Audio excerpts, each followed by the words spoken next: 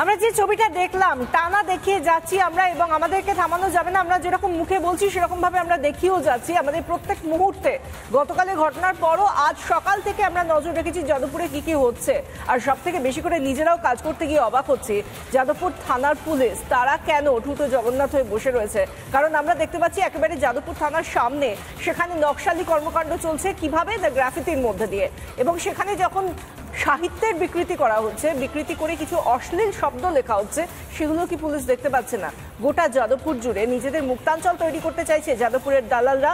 আমাদের সঙ্গে সরাসরি রয়েছেন এই মুহূর্তে বিট্টু এবং হৃদিতা, আমাদের দুই প্রতিনিধি যারা গতকাল ক্যাম্পাসের ভেতরে ছিলেন, তারাও আজকে রয়েছেন এই যাদবপুরের মাটিতেই রয়েছেন। এবং আমাদের সঙ্গে রয়েছেন আমাদের দুই গেস্ট রয়েছেন, আমাদের দুজন অতিথি রয়েছেন।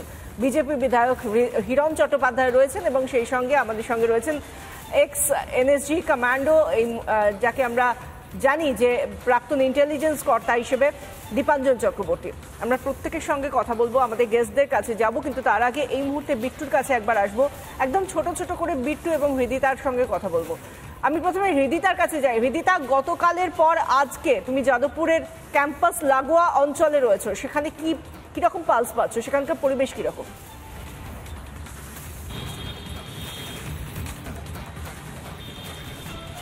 বিশাখা, ঠিক যেমনটা জানিয়ে রাখি যে কালকে যাদবপুরে রিপাবলিক বাংলার সাথে এত অসভ্যতা করার পরও আজও কিন্তু পুলিশ কোনো পদক্ষেপ নেয়নি। তুমি দেখতে পাচ্ছ আমি যাদবপুর থানার বাইরে দাঁড়িয়েছি, যেখানটা একদমই থমথমে, কোনো আওয়াজ নেই পুলিশের তরফ থেকে, কোনো প্রশ্ন নেই আমাদের জন্যে। শুধুমাত্র কালকে তারা মিউ মিউ করে ক্যাম্পাসের ভেতরে ঢোকে এবং রেজিস্ট্রার এবং যে স্টুডেন্টস, তথাকথিত স্টুডেন্টস যারা সেখানে ছিল, তাদের সাথেই কথা বলা হয়, রিপাবলিককে গেট থেকে বের করে দেওয়া হয়।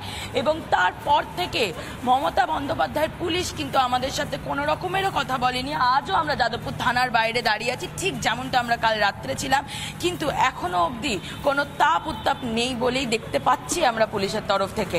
বিশাখা, আমাদের সঙ্গে থাকো হৃদিতা, আমাদের সঙ্গে থাকো বিট্টু, আমাদের সঙ্গে দীপাঞ্জন বাবুও রয়েছেন। দীপাঞ্জন বাবু, আপনার কাছে আসবো, কিন্তু তার আগে আমি একটু হিরণের কাছে যাই। হিরণ, যে ছবিটা আমরা দেখতে পাচ্ছি বিভিন্ন সময় বিধানসভার ভেতরে অধিবেশন চলাকালীন আপনারা বিভিন্ন ছবিগুলো তুলে ধরেন। যাদবপুর নিয়ে তো মুলতবি প্রস্তাবও আনার চেষ্টা করেছিলেন, কিন্তু সে নিয়ে তো একটা কথাও বিধানসভার অন্দরে বলতে দেওয়া হলো না। আর তারপরে এই ছবিটা দেখতে পাচ্ছি, এটা কি ন্যাচারাল ছবি যাদবপুরের জন্য? এটা মেনে নিতে হবে? চলছে সেটা আমার মনে হয় না ভারতবর্ষের ইতিহাসে আজ কখনো ঘটেছে। এবং গতকাল যে ঘটনাটা ঘটেছে সেটা হচ্ছে সংবাদ মাধ্যম গণতন্ত্রের চতুর্থ স্তম্ভ। যারা গণতন্ত্রকে প্রতিষ্ঠার পিছনে সংবাদ মাধ্যমের সবচেয়ে বেশি কন্ট্রিবিউশন, সংবাদ মাধ্যমকে গতকাল তাদের ক্যামেরা, আপনাদের চ্যানেলের যারা সাংবাদিকেরা ছিলেন তাদের ক্যামেরা অফ করে দিয়েছে, তাদেরকে স্তব্ধ করে দেওয়া হয়েছে। মানে এই যে নকশালপন্থী কিছু সংখ্যক স্টুডেন্টস যারা ওখানে আছেন, যারা নিজেদেরকে নকশালপন্থী বলছেন, তারা ভুলে গেছেন যে 1960-এর দশকে তাদের যে আন্দোলন শুরু হয়েছিল, তারা কিন্তু শ্রমিক শ্রেণী তাদের যে অধিকার, সেই অধিকার অর্জনের জন্য তারা আন্দোলন শুরু করেছিলেন। আজকে তারা কি করছে, তাদের সংবাদ মাধ্যমের ক্যামেরাকে অফ করে দিচ্ছে। এবং ওখানকার যারা শ্রমিক আছেন, ধরুন অটো চালক, বাস চালক, তাদের কথা আমরা আপনার চ্যানেলের মাধ্যমে শুনছিলাম, তারা প্রত্যেকে আতঙ্কিত।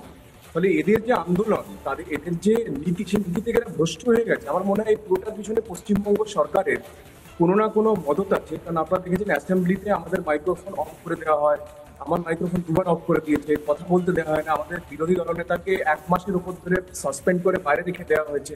এরা অ্যাসেম্বলিতে কথা বলতে দেবে না, বিশ্ববিদ্যালয়গুলোতে বিভিন্ন রকম ঝামেলা পাকিয়ে পুরো মানুষের যে অধিকার, সে অধিকার থেকে পুরোপুরি এরা বঞ্চিত করছে। এবং এই সরকার যেভাবে মানুষের সঙ্গে প্রবঞ্চনা করছে, আমার মনে হয় এটার একটা শেষ হওয়া দরকার।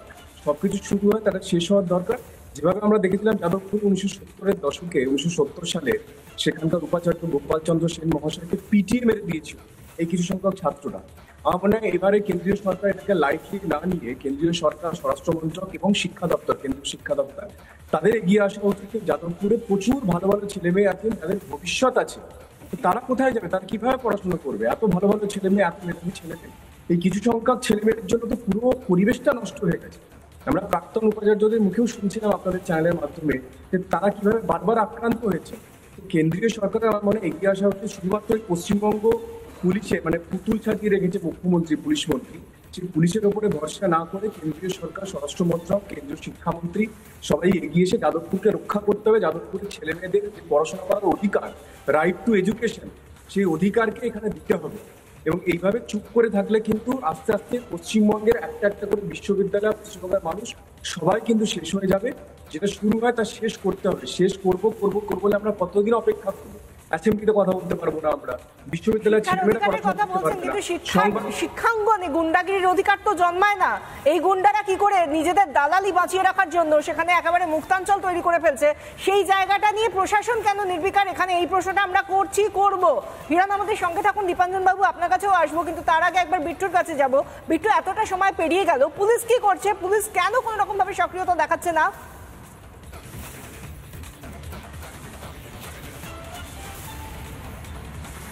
দেখো, পুলিশ যদি প্রথমে সক্রিয় থাকতো তাহলে যখন ঘটনা ঘটছে এই যাদবপুর থানা থেকে বিশ্ববিদ্যালয়ের যে দূরত্ব 100 মিটারের পথ অতিক্রম করতে তাদের 2 ঘন্টা সময় লেগে গিয়েছিল, তখনই বোঝা যাচ্ছিল যে সাংবাদিকরা যেভাবে প্রহিত হচ্ছেন, ওখানে আক্রান্ত হচ্ছেন, সেক্ষেত্রে দাঁড়িয়ে পুলিশের যে সদর্থক ভূমিকা সেটা কার্যত ছিল না, তাতে প্রমাণিত।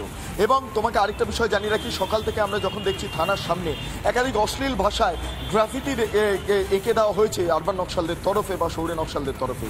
সেই গ্রাফিতি আঁকলো কি করে? যদি পুলিশের মদত না থাকে তাহলে কি পুলিশ একাংশ তারা মিলে তারা মূলত এই আরবান নকশালদের কার্যত একটা জায়গায় সেফ সাইট দিচ্ছেন, অর্থাৎ নিরাপদে রাখার চেষ্টা করছে, সেটা নিয়ে প্রশ্ন বিস্তর। কিন্তু পুলিশের এই ভূমিকা নিয়ে প্রশ্ন উঠছে আরেকটা, যে সাংবাদিকরা আক্রান্ত হলে পুলিশের তরফে কেন কোনো ভূমিকা দেখা যায় না? গতকালকে যে ঘটনা ঘটেছে, 24 ঘন্টা অতিক্রান্ত হয়ে গেল, এখনো পর্যন্ত যাদবপুরের যারা তথাকথিত ছাত্র বা ছাত্রী তাদের যে পরিচয়, সেই পরিচয় এখনো পর্যন্ত পুলিশ জানতে চাইলো না কেন, সেটা নিয়েও কিন্তু প্রশ্ন বিস্তর। অর্থাৎ পুলিশের সক্রিয়তা আদৌ তাদের ছিল কিনা বা সদিচ্ছা ছিল কিনা, সেটা নিয়ে বিভিন্ন মহলে বিভিন্ন রকম আলোচনা ইতিমধ্যে শুরু হয়ে গিয়েছে। বিশাখা, একটু সঙ্গে থাকো। এই মুহূর্তে আমি প্রাক্তন ইন্টেলিজেন্স কর্তা দীপাঞ্জন চক্রবর্তীর কাছে আসবো। দীপাঞ্জন বাবু, আমরা যে ছবিটা দেখছি নতুন করে বলার কিছু নেই, কিন্তু এই ছবিটা তো কাম্য নয় এবং এই ছবিটা সহনীয়ও নয়। এটা যদি সহ্য করতে হয় তাহলে গণতন্ত্রে আছি এটা বলতে লজ্জা পেতে হবে। এই জায়গা থেকে কিভাবে সুরাহা মেলা সম্ভব? একজন এক্স ইন্টেলিজেন্স কর্তা হিসেবে আপনি বলুন। ব্যাপারটা, আমি ইন্টেলিজেন্স কর্তা ছাড়াও এটা তো নিশ্চয়ই জানো যে আমি ওই দিল্লি জওয়াহরলাল নেহরু বিশ্ববিদ্যালয় উপাচার্যের পরামর্শদাতা ছিলাম প্রায় 5 বছর। আমি আমার জেএনইউর অভিজ্ঞতা দিয়ে বলি, কিন্তু আমরা সবসময় যে জিনিসটা বিশ্বাস করি, প্রখ্যাত মনীষী এডমন্ড বার্গের কথা, যে অশুভ শক্তির উত্থানের জন্য সব থেকে গুরুত্বপূর্ণ হচ্ছে শুভবুদ্ধি সম্পন্ন মানুষের নীরবতা। শুভবুদ্ধি সম্পন্ন মানুষ যখন চুপ করে থাকে, এই মুষ্টিমেয় অশুভ শক্তি তারা উঠে আসে। তো আমি জেএনইউতেও দেখেছি, আমি যাদবপুরেও দেখছি। সমস্ত স্টুডেন্ট যদি সংখ্যা হয় 4000 5000, খুব বেশি হলে 50 জন ছেলে মেয়েরা এই জিনিসগুলো করে। এবং এই 50 জন ছেলে মেয়ে আমি জেএনইউতেও দেখেছি, আবার এখানেও দেখছি, এরা নির্দিষ্ট রাজনীতিতে বিশ্বাস করে। যে রাজনীতি 60-এর দশকের শেষে 70-এর দশকে বাংলায় আমরা দেখেছি, নিরীহ পুলিশ কনস্টেবল, নিরীহ স্কুলের টিচার, ব্যাংক কর্মী থেকে উপাচার্য সবাইকে এরা শ্রেণী শত্রু ভেবে গলা কাটতে থাকতো। এটাই তাদের বিপ্লব। তার পরিণতি কি হয়েছে সেটাও বাংলার মানুষ দেখেছে। এখন এই এদের বিপ্লবটা গিয়ে ছত্তিশগড়ের জঙ্গলে আটকে গেছে। এই যাদবপুরের বিপ্লবীদের বলি, যাদবপুরটাকে ওই জে ফর যাদবপুর থাকুক, ওটা রাখতে দিন। জে ফর জিহাদপুর বানাবেন না। আপনারা যান ছত্তিশগড়ের জঙ্গলে গিয়ে বিপ্লবটা করুন, অবুঝমারে বিপ্লবটা করুন। তবে এটা তো কোনো দ্বিমতের অবকাশ নেই যে যাদবপুর কোনো আলাদা রিপাবলিক অফ ইন্ডিয়ার মধ্যে কোনো রিপাবলিক অফ যাদবপুর নয়। এখানে বাংলার মুখ্যমন্ত্রী, কারণ আমি এটা শুনছিলাম কেন্দ্রীয় স্বরাষ্ট্রমন্ত্রী বা কেন্দ্রীয় শিক্ষামন্ত্রী এখানে কোনো রোল নেই, কারণ এটা স্টেট সাবজেক্ট, সেন্ট্রাল সাবজেক্ট নয়। তারপর আবার সেন্ট্রাল স্টেট রিলেশন নিয়ে আলোচনা হয়। স্টেটের মুখ্যমন্ত্রী মমতা ব্যানার্জিকে বলছে যে এনাফ ইজ এনাফ, আপনি এবার অ্যাক্ট করুন। 2 দিন লাগবে আপনাকে যাদবপুর শান্ত করতে, কারণ খুব বেশি হলে 1%, 1% ছেলে মেয়ে এই গুন্ডামিগুলো করছে।